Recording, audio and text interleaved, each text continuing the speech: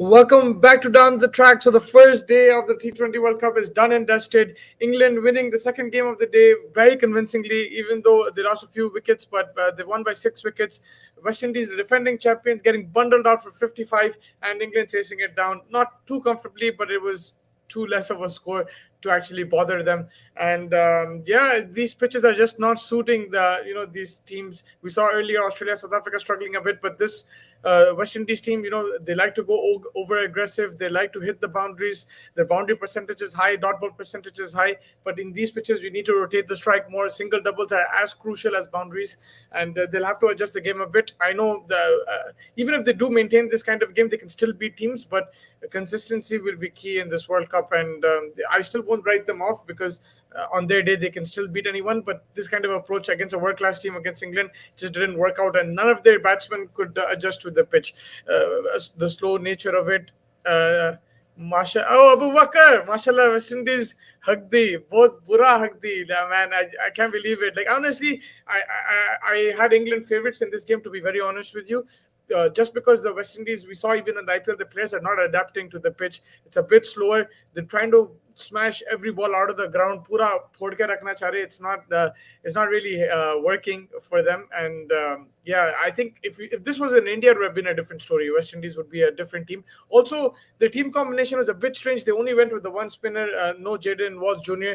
Narayan needs to be in the squad. He's not there. Was looking forward to the World Cup, but looking at the pitch is not looking good. Trust me, I agree with you there. The pitch is very terrible today, very sad, but it's going to be a fun World Cup. Wait for the Afghanistan-Pakistan game. That's the game I'm looking forward to. Bangladesh, Afghanistan, Bangladesh, Pakistan, India, Pakistan. These games, I don't know about India, Pakistan, but the other games, I'm sure they're going to be fun in terms of low scoring and low scoring.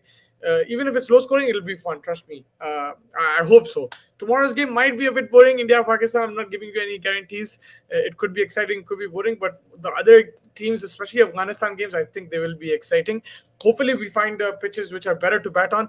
The IPL, man, they played like 1 month on these pitches, and they didn't have time to prepare. I'm sure it's different pitches. There's some new pitches there, but still, it takes a toll on all the pitches. They use different types of pitches, and it's just not the same as a fresh pitch. We saw in Sharjah as well. There's a brand new pitch yesterday, the Namibia game versus Ireland, and still it was very low scoring. But yeah, hopefully the pitches improve because I think 120 would have been match winning on this kind of pitch. England struggled kind of to chase 50, 55, but and a very impressive performance. And that's where you need spinners. Adil Rashid, 4 overs, 2 overs, 4 wickets, 2 runs, or something like that.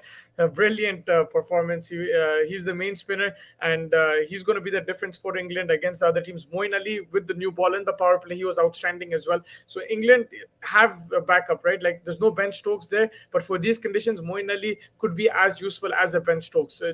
I'm not taking away, I'm not comparing them, but just because with what he offers with the ball, it's really good. And a lot of teams will struggle against this kind of opposition, and that's why I felt that West Indies missed a huge trick by not playing Narayan. He definitely should have been in the squad for sure, because spin will play a part, and it's gonna continue to play a part. I think West Indies made England's bowling attack look 2 times better than it is. Yeah, because of the way they play, very aggressive cricket.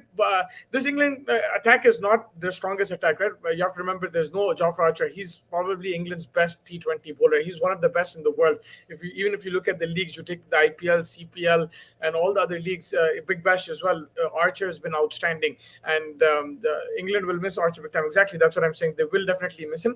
But today they were bowling smart. I think Tymal Mills a bit rusty in terms of extras, but he has a good change of pace. When Mark Wood comes back, he was injured today. He didn't play. When he comes back, he also has some pace. It will trouble some batsmen. But Adil Rashid in good form. That's a huge thing. He's bowling really well. Especially look at the group, right? When they play the likes of South Africa, Australia as well, Adil Rashid will be key along with Moeen Ali. It won't be easy. I think only Maxwell is someone who will, and Smith might be able to counter them. But still, we saw today Shamsi troubled both Smith and Maxwell. It's not going to be easy against Adil Rashid and Moeen Ali. Bangladesh, Sri Lanka come into play now. I think you can't take these teams lightly as well.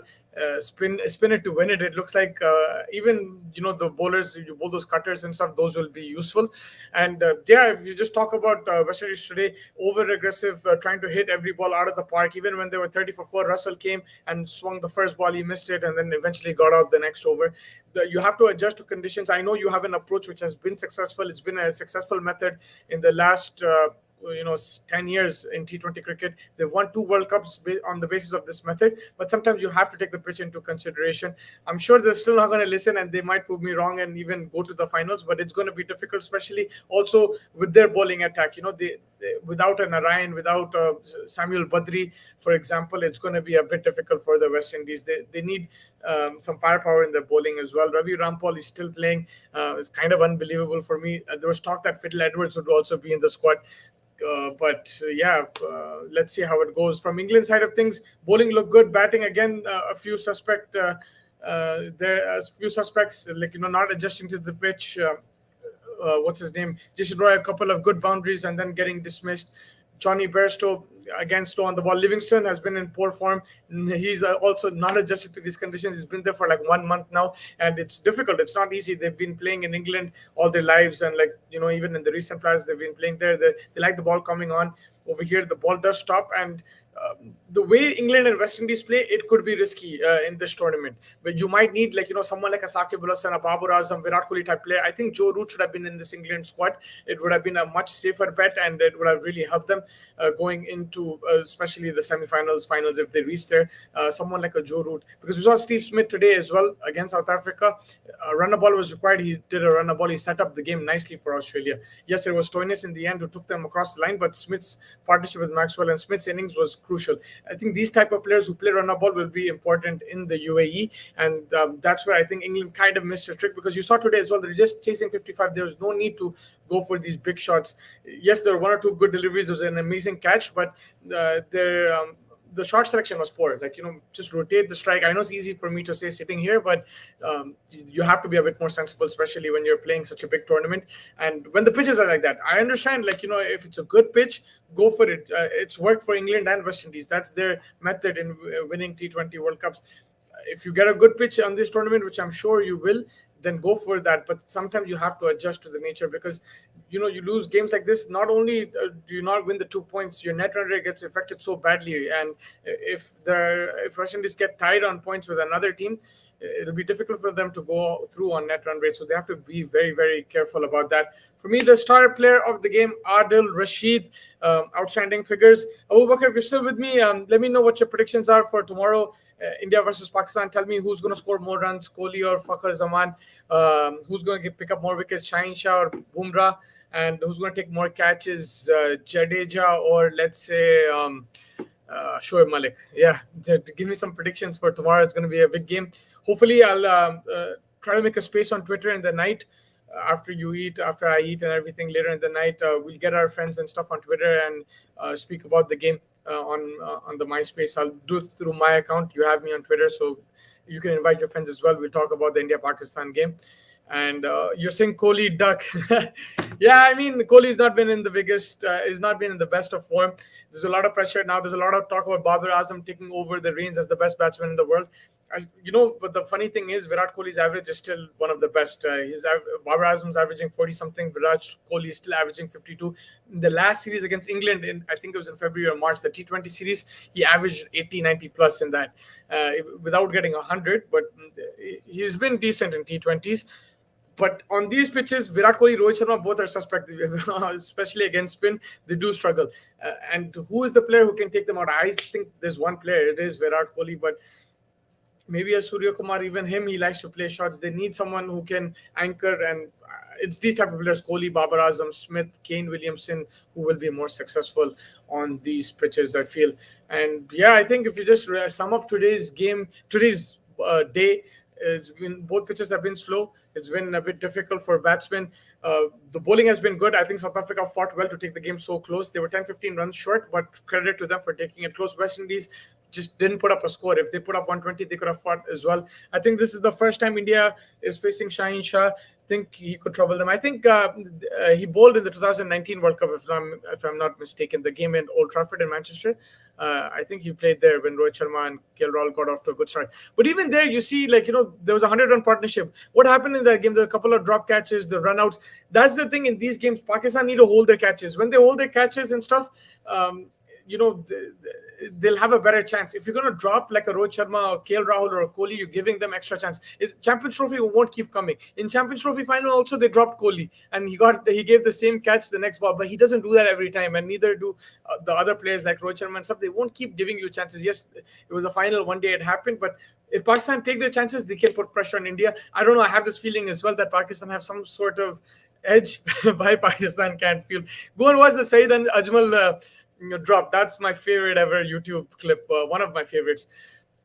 But yeah, that's the thing. Everyone says who handles pressure. That's true, but you have to take your catches as well, right? Like, I mean, of course, pressure is involved and everything, but fielding is key. In India, like the reason why India have been successful recently against Pakistan is that they snap up all their chances. They take all their chances, and also their bowling has improved a lot. India's bowling has improved.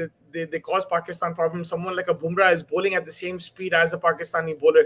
So, it is challenging. Before you had Venkatesh Prasad and you had Robin Singh coming bowling like diddly dodlies. It's not the same anymore. You'll have someone in your face. I just hope Bumrah doesn't bowl any extras, any no balls to Fakhar Zaman. But it's going to be... that's going to be an exciting game. I can't wait. We'll preview that more. Yeah, that's going to be a fantastic game, man. I hope it's going to be a fantastic game. At least the atmosphere will be fantastic. I'm sure it's going to be electric there in Dubai. I don't know how many people are allowed, but it should be a good game. But yeah, just wrapping up today. First game, Australia beating South Africa. It was a tough chase, a low-scoring game. But it was Stoinis who took them across the line after Smith and Maxwell put up a partnership. Hazelwood was fantastic with the ball. For South Africa, no one contributed with the bat. De Kock had a freak dismissal, but excellent bowling from Nokia, especially Shamsi and Maharaj. They bowled really well. Rabada bowled excellent.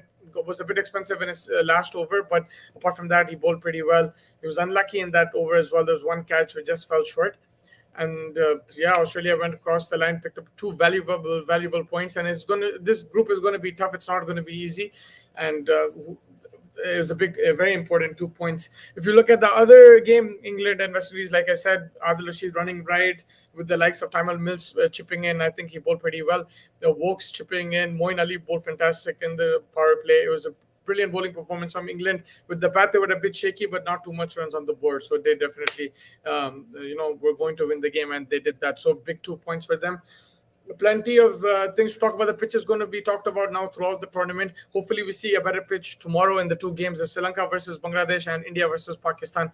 So catch me for that. And stay tuned for the latest updates. Thank you so much. That's all for today. And we will catch you soon. Enjoy the games tomorrow as well. Big day tomorrow.